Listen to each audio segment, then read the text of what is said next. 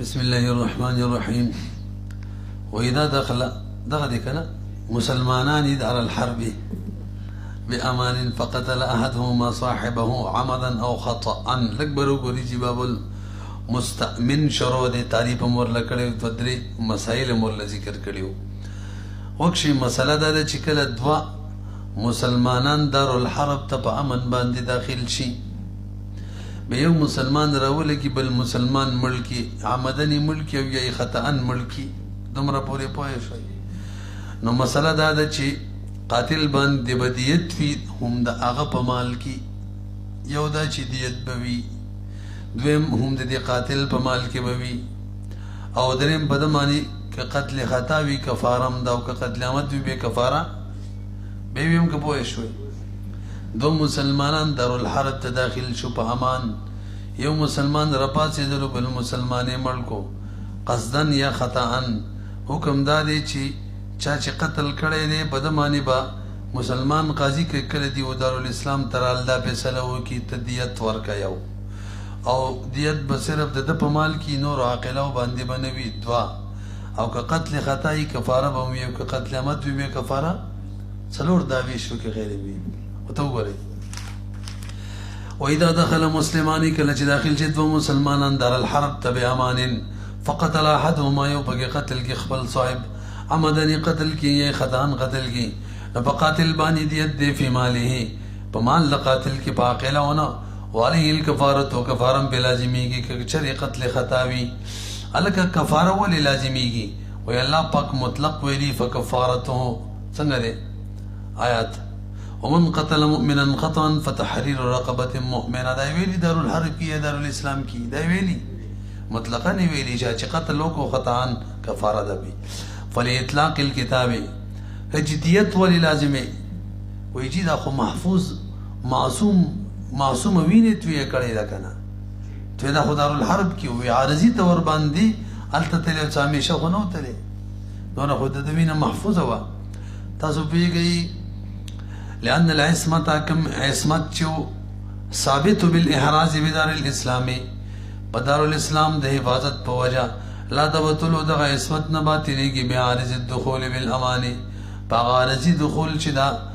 په امان باندې دارالحرب ته داخل شوی دی سره هغه عصمت چې کوم د دارالاسلام والا هغه ختم شوی نه دی، دې وجې نه څه لازم شو؟ دیت لازم شو. کنو قصاص ولې نه واجبه وایي؟ وایي چې قصاص خو له واجبېږي دا خبره مالا نه وکړي چې کوم ځای کې قتل کړی هلته د مسلمان حاکم فوج خو وي که نه، قوت خو وي که نه، او دارالحرب کې قوت نه و. تاسو پوهېږئ قصاص خو ولې چې د مسلمانانو قوت وي او بدلوالي، هلته خو مسلمانانو قوت نه و. وانما لا يجب القصاص نه واجبېږي لأنه لا يمكن استيفاؤه، ممکن نه ده چې موږ استیفا د قصاص وکړو الا بمناعت مگر هله چې موږ سره قوت وي فوج وي، ولا منعت بدون الامام، او چې امام نه وي نو منع هم نشته، نه امام معنا هلته حکومت نشته، او جماعت المسلمین نه وي نو هلته به بیا قوت څه وي، دارالحرب کې خو نشته.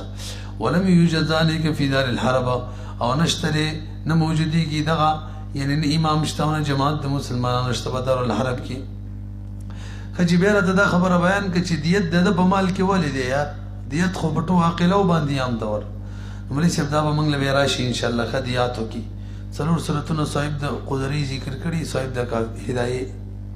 چې هلته دیت په عاقلو نه وي بلکې بچای قاتل باندې وي. په هغې کې یو دا دی چې کله قتل عمد وشي او څه په وجه باندې قصاص لري شي دیت راشي، نو په دغه صورت کې قصاص چې قدیت چې دا صرف په قاتلي عقله د دې نه ذموار چې دا به قصدن قتلونه کوي او موږ به د هغه دیت ډکو. دویم دا چې کله قتل په دارالاسلام کې نه دارالحرب کې بیا هم دیت په عقلو باندې نشته. ولی عقلو باندې دیت د دې وجې نه دی چې تاسو ولې دا سړی د دې مرګ نه منع کوو، او دا خبره خو هله صحیح کېږي چې دارالاسلام کې وایي چې بهی دارالحرب کې خو پس موږ دا اوس نه بلېدو چې قتل نه منع کړی دی که نه پوهېږئ پې. وانما تجب الدیت و دیت واجبېږي فی مال د په مال کې فی العمد کې، ولی لأن العواقل چې لا تعقل العمد دا لا تعقل العمد دا خو عاقله د عمد نه جوړېږي، او په خطا کې ولی لانه لا قدرت لهم ذکا قدرت نشته عاقل او د علی سیانتی چې دا سړی د جنگ د قتل نه بچ کی ما تباین الدارین د علی چې کلا دارین مختلف فی یو دار الاسلام کې دی او هغه په دار الحرب کې مړی کی والوجوب علیهم علی اعتبار ترکها او وجوب د دیت په هغه باندې په دې اعتبار سره چې تاسو ولې داغه سیانت نه کړی سیانت مولي پر خیر حفاظت مول نه دی کړی وان کان اسیرین فقد احدهما صاحبه او قتل مسلم تاجر نسيرا فلا شيء على القاتل الا الكفاره في الخطا عند ابي حنيفه وقال في الاسيرين الديه في الخطا الاكبر وغري هم دو مسلمانان دي کافر قید کړی دي یو مسلمان رپاتې دلو بل مسلمان یې مړکو نه پیږي یا یو قیدی مسلمان دی او بل مسلمان تاجر دی دا تاجر مسلمان رپاتې دلو ملته هغه قیدی مسلمان مړکو دی دو مسلو حکم سره امام سے بنز باندې کچره قتل خطائی بس کفاره به لازمی کې قاتل باندې نور هیڅ نه لازمی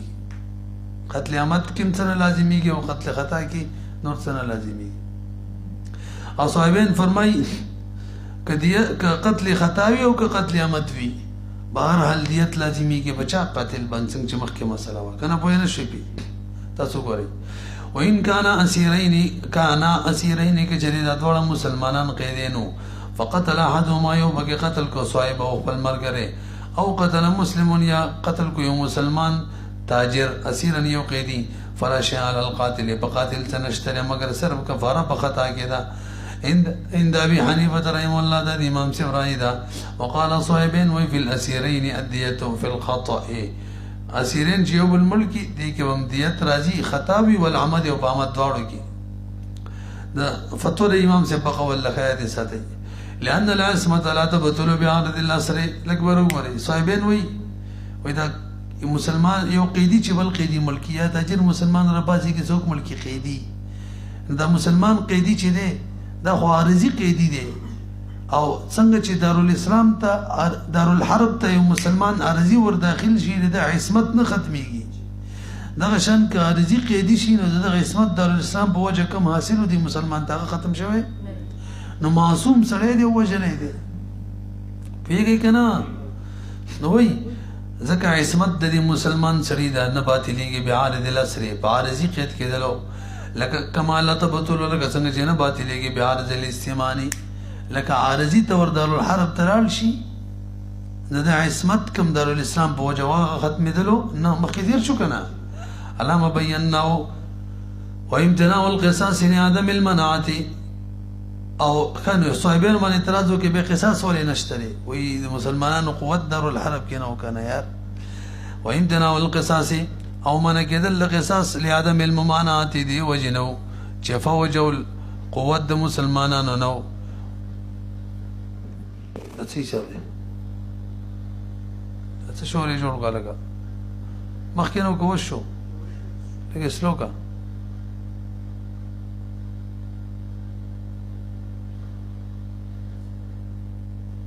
بس ایشو ګورې دا کوم نه وامتناع القصاص او من کېدل قصاص شی ولادم الممانعه لعدم المناعه دا دې وجنو چې منعنا وفوجنا قوت نو ويجب الديه في ماله البته دیت بلد په مال کې واجبېږي ځکه قاتل عمدن کار کړی دی موږ وخت ویلو کنه لما قلنا چې عواقل جدي لا تاكل العمد غني جموار ولي ابي حنيفه امام سبت وې دا قیدی چې قیدی ملکی یا تاجر رباسی کی مسلمان او قیدی مسلمان ملکی په دې صورت کې صرف کفاره لازمی کې نور څه نه لازمی کې وجه سره دغه مسلمان کم چې قیدی دی دا په حکم د کافرو کې وګرځیدلو داغو مغلوب دی داغو په حکم کې شو دغه وجه دا چې مسافر منځ به کوي کړي اقامت وکړي په دې کې هم داغو تابع هغه څومره خساري داغو حکم کې ګرځیدل دی نو غیر معصوم پاتې شو ولی ابي حنیفه رحم الله ان بالاسر فقد کېدلو معنی صورت باندې دا وګرځیدلو تابع لهم داغو بسیرورته هغه دا چې دا وګرځیدلو مقهورا فی ایدیهم مغلوب داغو بلاسونو کې ولهذا دغه وجه دا يسير مقيما باقامتهم دا مقیم ګرځي داغو په اقامت باندې او مسافر ګرځي داغو په سفر باندې لنډ دا د فیبتلو به نو باطلیږي بده قید کېدلو سره له احراز هغه حفاظت په دارالاسلام چې کوم هغه ختم شو اصلا. وسوار د مثال د څه شو لګي مسلمان دارالحرب کې اسلام راوړی نه وي ولا دارالاسلام ته راغلی نه دی نو که څوک یې مړ کړي نو صرف کفاره لازمیږي. وصارك المسلم لم يهاجر الينا دا بشان د مسلمان دی چې لا هجرت یې موږ ته نه کړي. وخص الخطا الک امام صاحب دا ویل چې صرف خطا کفاره به لازمیږي هم په کم قتل کې خطا کې قتل عمد کې ولی ونه ویل وی قتل عمد کې کفاری نه نو. وخص او ماتن خاص کړلو خطا په کفاره سره لانه ولا کفاره فی العمد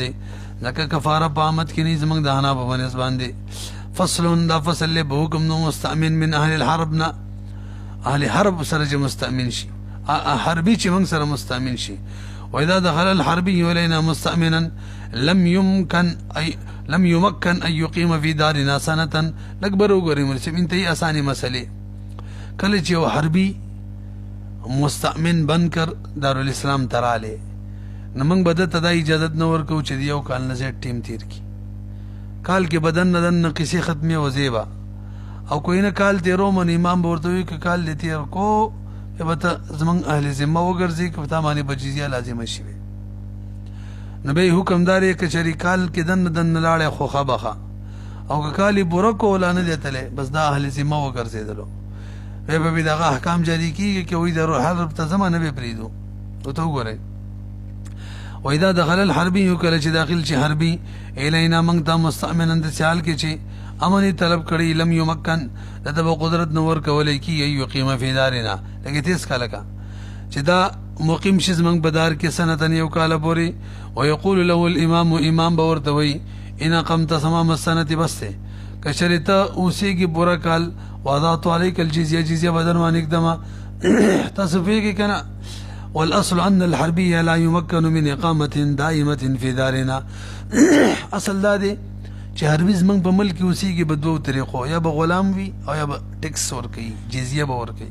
کنه پیږي په او اس کچری دا مستامن بن کر راغلی دی نو غلام هم نه دی جزیه هم نه ورکړي نو دا خو هغه اصل نه وختلو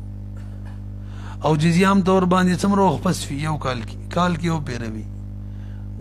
کال نه چې کم ټیم مونږ وایي خیر دی ځکه کال نه کم ټیم تم نه پریدو نو به با دغه در آمدات برآمدات نه کیږي او مل نه بل مل ته څوړل راوړل او کال نه غزې ته پریدو نو جزیه خو کال کې پر لازمیږي او بد برانه شي او غلام هم نه دی نو غسل په پاتې شي لہذا کال کې بودن نه وتوایو یا جزیه ته تیار شوی ازا. والاصل ان الحربي لا يمكن قدرت نور کولای کیږي من اقامت دائمه چې دا دایمي اقامت اختیار کی فی دارنا په دارالاسلام کې الا بالاسترقاق کی مگر دا چې غلام جوړ شي ویل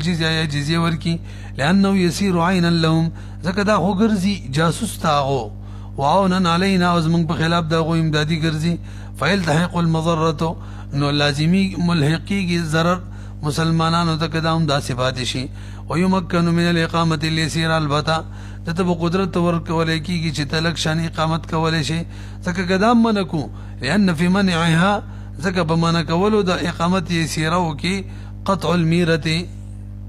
الميره اغا د تجارت قافله تکرا تک دا ختميږي درآمدات برآمدات والجلب هم دغه معنی ده وصد او بندي کی باب د تجارت ففصلنا بينما دول منس کې من فاصله را وصله به سنتين یو کال پورې یو کال يسيرت اقامت دے یو کال نکم او یو کال نزيد چره دا وګد دیغه دایمي دي لان مدته ځکه یو کال چره وجب نه دا یو کالم ولی حد مقرر کو ځکه یو کال چره دا یو موده د تجب فيه الجزيه چې دي کې مسل اهل ذمه باندې جزیه لازمیږي فيكون الاقامه نو یو کال مقیم جزیه ورکول دي کې مسلمانانو ته مصلحت دي دا بسې وي دی وخت به اقامت د مصلحت جزیه بوجوي ثم ان رجع بعد مقاله الامام قبل تمام السنه الى وطنه وس دو امام وتویلی ګوره کال پورې بنوسیږي وزیبا او کال تیر شو تلانه وته به جزیه درمانی راځي نو کال لا نو تیر شی وته خو بس خبره ختمه. ثم ان رجع کچری دا مستامن واپس شو بعد مقاله الامام پس د امام د قولنا قبل تمام السنه د کال مخ الى وطن خپل وطن ته فلا سبيل عليه بدمان اسلار نشتا فازبو به زید نه وان مکث سنه نو که او کالو سیدلو نو دا به ذمي حساب شي لانه لما قام سنه زکه کله چې دا اقامت اختیار کو یو کال بعد تقدم الامام الیه پس دین چې امام محترم مخکې شو یعنی قول ورته کړو نو او بهم د یو کال تیر کو نو معلومیږي چې بده راضی د جزیه به ور کومه نصارى ملتزما دا وګرځیدلو وزان ما لازمون کې جزیه لرا فیسیر ذمیا ذمی به وګرځي وللامام امام د بار جایز ده دبل و هدايه ملاوي کې امام وتشپک وې سټي مور کې دي کې بزانو باسي کني علي ذمہ دي جوړو یا دوه مشتي ادرې مشتي دا مکول شي امام د بار جایز ده یو وقته چې وخت مقرر کی فی ذلک په دغه موده کې مادون سنه د کان لک کم هم كشهر والشهرين واذا اقام بعد مقال الامام يسير ذميا لما قلنا ثم لا يترك ويرجع الى دار الحرب دا مسلم کړي وا د امام د خبرې نه پس یو کالو سیدلو د چې کوم خبر او ته کړي وا په دینه بس بدا ذمي شي به کوي جواب بس کېږم دارالحرب ته موږ بس مو واپس کېږه ته اوس داغو خلاف زمون خلاف دغه مرګرته کې دې ته نه پریدو واذا اقام کله چې دا وسیږي بعد مقال دار الاسلام کې پس مقال د امام نه يصير ذميا دا خو ذمي ګرځي لما قلنا وجه لمن ویلی وا ثم لا يترك ببدن پر خود لکی يرجع الى دار الحرب چې دار الحرب تلال شي وللان نقد ذمه لا ينقض عقد ذمه خو نه ماتيږي ځکه دا خو د اسلام نه بدل لمن مخکې ویلو که خلیفہ دی كيف وان فيه څنګه بدا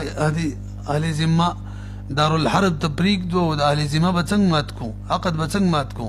ځکه بده کې خو کټکیږي جزیه وجعل ولده حربا او ګرځي ماشومان د حربین زمنګ په خلاف باندې او بده کې خو مضره بالمسلمین مسلمانانو ته څه ضرر دی فإن دخل الحربي دارنا بأمان فاشترى أرض خراج فإذا وضع عليه الخراج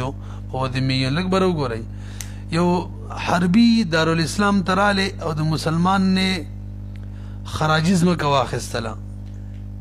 کم از مکه بیان روان دي خراجیزم کې ښه کم از مکه واخسته نو بس څنګه چې خراجیزم کا دی واخستلا او د باندې خراج مقرر شو دا د څه شول لکه بده باندې جزیه مقرره شو جزیه چې په مقرره شي اهل ذمه ګرځي کنه هم اهل ذمه شو فإن دخل الحربي چې داخل شو حربي زمنګ دار ته په امان باندې فاشترى ارض خراج خراجیزم کې واخستلا نو فاذا وضع عليه الخراج وکله چې بده باندې خراج مقرر شو نو فهو ذمي بشي ځکه خراج داسې دی د ځمکې لکه جزیه چې ده لأن خراج الارض ذکر خراج ځمکې بمنزلته دا بمنزلت د خراج در است یعنی د جزیه دی او جزیه چې لازم شي اهل ذمه ګرځي نو او اذا التزمه او کله چې وسله بزان باندې جزیه لازم کی نصار ملتزم المقام فی دارنا دا وګرځيږي لازمون کې د وخت راول زمون په دارالاسلام کې د سیده کنه بهرحال خراج چې بده ما دسی وای او اذا التزم کله چې د ځان باندې لازم کو خراج ته راځي که خراج دا وګرځیدلو بدن لازمون کې څه چې به وخت رو دارالاسلام کې زمون په دار کې بس اهل ذمه شو اما یو بل ووري اسی د خراجیزم کا واخستله او لا خراج په موږ نه دی خینو هغه پورې د زمینه جوړیږي ځکه خو تجارت کې ازمه کاری او خرڅي کله به زمینه جوړیږي چې موږ باقاعده بده باندې به خراجم کیدو او ازمه کا خرڅي نه اما بمجرد الشراء حسس مکه خستل چي دي لا يسير ذمي انداز زمینه ګرځي لانه قد يشتريها ځکه دا کله کله اخلي تجارت د پاره واذا لزم او اذا الزمه کله چې د لازم کړه پزان باندې خراج د ارض فبعد ذلك تلزمه الجزيه پس دینه په بده باندې لازم شي یا واذا الزم کله چې امام لازم کړه له بده باندې د سیمانه وګیخه باب افعال له خراج جزمه کې نبا فبعد ذلك دینه پس تلزمه بده لازمي جزيهم لسنه مستقبله راتلون کې کال باندې خراج څټیم چې خراج جزمه کې به لازم شو کنه نه د وس نه د ذمش اهل ذمه شو نو راتلون کې کال دی ور زمانه به دنه چیزې خستل کی لانه يسير ذميا زکدا ذمي وګرځیدلو بلزم الخراج هغه چې بزاني خراج منلو فتو تبر المدته نو مده د جزیره بار معتبر من وقت وجوبي سټیم نه بيد خراج لازم شوی اقټیم راتلون کې کال بدا جزیه ور کوي تاسو پیګی کنه وقوله في الكتاب كتاب جامع صغير کې چې دا فاذا وجه عليه الخراج کله چې به د خراج مقرر شي ګوره دلته هم صفا ذکر دی نو فهو ذمي تصریح دا تصریح ده بشرط الوضع چې ذمي بالا جوړیږي چې کله به خراج باقاعده څه شي مقرر شي فيخرج عليه احکام جمع نو لري چې اوس په بدمانی فيخرج تخریج بکیږي بدمانی د احکام وګاڼو فلا يغفل عنه دینه بغفلت نه کیږي یعنی دا که واپس زینه به پریږدو او د مسلمانانو په شان بده د وینه وګرځيږي او دا به مسلمان کدا چا قتل کو هغه قصاص کیږي لکه څنګه چې نور اهل ذمه حکم دی واذا دخلت حربيه بامان فتزوجت ذميا برو غوري ملسب یو حربيه دا دارالاسلام ته په امان باندې رااله او د یو ذمي سره نکاح وکړه بس دا هم ذمي شولخه د خوان په تبع کی واذا دخلت حربيه چې داخله شو الحربيه په امان باندې فتزوجت ذميا بین کار ذمي سره وکړه صارت ذميه ذميه وګرځیدله لأن ذکر اخذ چې التزمت المقام دی بزان باندې مقام لازم کو تبان لزوج د خوان په تبعیداري کې برورا کچری یو حربي د دارالحرب نراله دارالاسلام ته او دارالاسلام کې د یو ذمي سره نکاح وکړه نو به ذمي نه ګرځي دا خو خطه تابع ده او دا اصل دی واذا دخل حربي بامان فتزوج بنکاح کی ذمیه ذمی سره به څه عبارت ده موږ کې نشته له خطاب کی صورت ویل کی لم يسر نګرځي ذمی لانه ذکر ته ممکنه د طلاق باور کی به تبزي يمكن ته ممکنه د يطلق چې طلاق ور کی او وبشي الى بلده خپل خار ته فلم يكن دانشو لازمون کې د وخت رول بدار الاسلام کې ولو ان حربيا دخل دارنا بامان ثم عاد الى دار الحرب وترك وديعه عند مسلم او ذمي او دينا في ذمته فقد صار دمه مباحا بالاودي الاكبر وګورئ یو حربي امان باندې دار الاسلام تراله وښه لکه او واپس بیلاړې دارالحرب ته خدای الاسلام کی چا سره امانت مسلمان یا ذمي سره پرې خوستلو یی دارالاسلام کی به مسلمان یا ذمي باندې قرض پاتې شو تاسو پیږئ کنه نو سی حکم سره چې کله څنګه دارالحرب ته واپس شو د دوینه مباح شو لا به وره یو دارالحرب والده دارالاسلام تراله او په دې دوران کې د مسلمان یا د ذمي سره قرض ورکوتا یا امانت ور سره کې خودلو پیږي کنه به واپس راړي چیرته دارالحرب ته نو د وینه واپس مباح شولا او د مال سره به څه کو نو مال کم قرض دې چا په قبضه کړي هم دا چا پورې قرض دې او کومي چا امانت دې هغه غنیمت کې شامل کوه تاسو پیږي وګورئ ولو ان حربيا دخل دارنا بامان ثم عاد بوفش دار حرب تا وترك وديعه امانت پریدي دي مسلمان سره یا ذمي سره یا دین قرض پریدي في ذمتهم د مسلمان یا د ذمي په ذمه وقد صار دمه مباحا د وینه مباح وګرځیدل بلاو دي کله چې دا واپس شو ولانه ابطل امانه وزکه باطل کو سو کې باطل کو اماني ولا امان خپل باطل کو کنه خپل امان باطل کو وما في دار الاسلام وورث او هغه مال چې په دار الاسلام کې بعد شو من مالی د مال نه لا خاطرین دا په تردد کی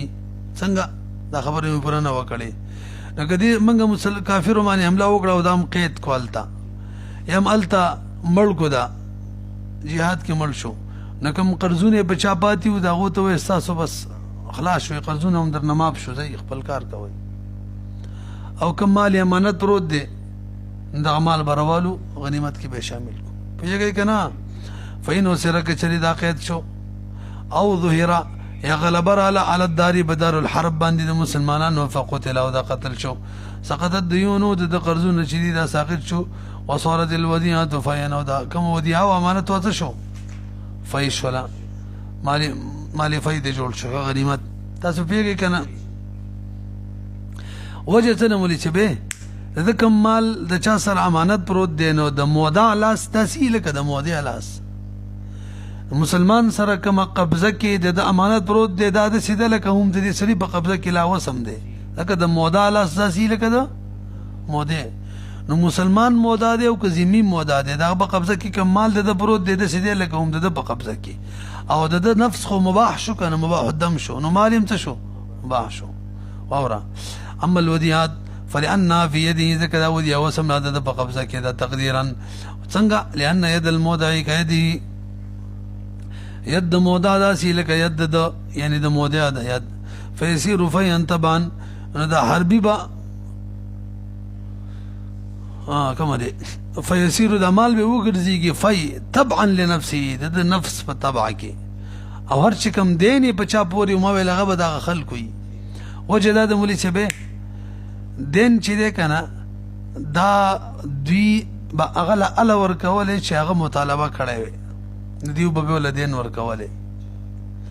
خو هغه مطالبه ساقط شول ځکه هغه په دارالاسلام دارالحرب کې د مسلمانانو د لاس عمل شو مطالبه څه شول نو هغه مال د چا په قبضه کې چې د چا سره چې قرض او دا مباح مال دی او دا غولا سو تاول راغلی دی او مباح شي د چا لاس ول راشي هم دا غینو کنه پیږي هر چې دین دی فلیان اثبات الید علیه ځکه اثبات د ید علیه بدین باندې بواسطه المطالبه دا په واسطه د مطالبه یعنی دا هغه ید ال قائم چې هغه مطالبه کړی وي دا خبره مینه وکړي دا هغه ید ال قائم په دې دین کې چې هغه څه کړی اغلا مطالبه کړی نه ونه د غیت پکې نشته وقت سقطت مطالبه دغه ساقط شولا وقت سقطت به څه دي او يد من عليه او يد هغه کس عليه چې بدی دین معنی دی دا اسبق دی الیه دین د من دی لامت دا مخلق دا یدنا فيختص نهم دا بخاص په بدی دین باندې وان قتل ولم يظهر على الدار فالقرض والوديعه لورثه الاكبر وګورئ دارالحرب ته واپس تللی دی خو ملته قتل شو مسلمانانو نه دی وجلې یا خپل مړ شو نو چونکې داغه نفس لا غنیمت نه دی جوړ شوی نو کوم مال دی هم غنیمت نه دی نو که چا سره امانت پروت د ذمي یا د مسلمان سره یا څو قرضو دوړو صورتونو کې بلد کم ورثه دی هغه ته ملاو شي ځکه نفس لا مغنوم غنیمت نه جوړ شوی کنه نو مال به هم غنیمت نه جوړي وإن قتل كشري إذا قتل شو ولم يظهر على الدار أو لا غلبة بدار الحرب نور أغلي مسلمانانو فالقرض والوديعة لورثته قرض وديعة ورثه ملاويجي وكذلك إذا مات أو دغشان كخبل ملشو لأن نفسه لم تصير مغنومة ذاك نفسه ونكر زيد له غنيمته فكذلك ماله مالهم غنيمته ونكر زيد له وهذا وجه هذا لأن حكم الأمان ذاك حكم دا أمان لا باقي له فمال ذاك فيرد عليه بدمان بوابشي دا خمل ده او لا ورثته من بعده يعني دب ورثه باندې پس تدنه پوه شو لیکنه